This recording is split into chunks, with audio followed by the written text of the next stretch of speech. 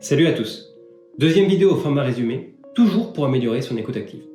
Après les attitudes fondamentales et les techniques d'écoute, on passe aux postures d'écoute. Elles sont toutes simples à assimiler et facilitent la création d'un lien de confiance qui fera parler l'autre. C'est parti.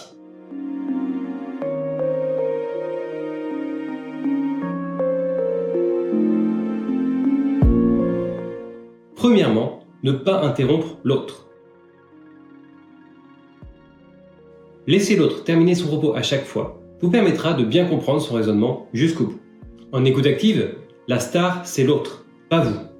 On n'est pas dans un débat où le but, c'est de donner votre avis.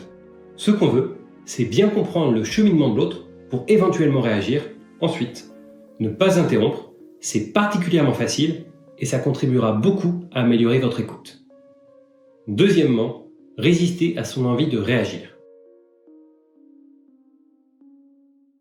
En écoute active, forcez-vous à ne pas prendre la parole pour apporter le discours à vous. Toujours dans cette posture d'écoute active, et même si c'est délicat, esquivez les questions qu'on vous pose.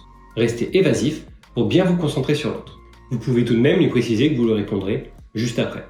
Vous comprenez bien qu'on ne peut pas toujours rester en écoute active. Il s'agit vraiment de moments d'écoute où on est particulièrement concentré et où on parle peu. Troisièmement, respectez le propos de l'autre.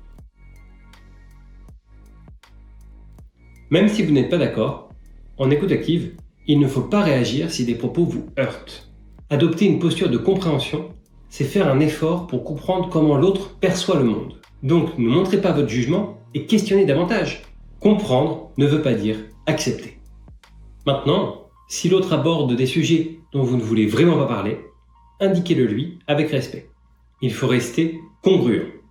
Si vous vous forcez à écouter un sujet qui vous heurte profondément, votre écoute risque d'être médiocre et l'autre arrêtera donc d'en parler.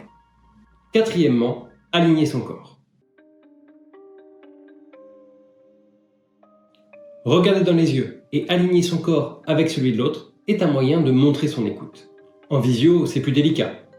Mais vous pouvez par exemple mettre votre fenêtre de visio en haut de l'écran. Cela vous permettra de rapprocher votre regard de la webcam quand vous écoutez. Cinquièmement, soutenir le propos.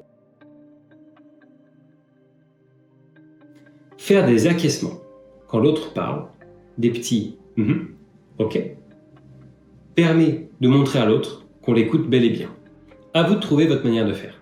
C'est tout bête, mais ne l'oubliez pas. Sinon, vous verrez surgir des phrases du type « Mais tu m'écoutes là ?» Sixièmement, révéler ses sentiments. Il s'agit de sourire en cas d'histoire heureuse, de grimacer un petit peu en cas d'histoire plus difficile, bref, d'accompagner les émotions de l'autre. Quand on écoute, il est important de réagir face aux histoires qu'on nous raconte. Personne n'a envie de se confier à quelqu'un de parfaitement neutre qui ne ressent rien. Dernier point, contrôler ses gestes parasites. On fait tous des gestes parasites révélateurs de notre jugement. Hausser ou froncer les sourcils au mauvais moment, soupirer, se ronger les ongles. L'enjeu, c'est d'abord d'en prendre conscience pour ensuite éviter de les faire trop souvent. Comme toujours, le but de l'écoute active, c'est d'écouter sans juger. Donc moins on montre son jugement, mieux c'est. On arrive sur la fin et je souhaite préciser quelque chose d'important. Ces postures servent de guide et non pas de règle. Il est tout à fait possible de créer un sentiment de confiance sans ces postures.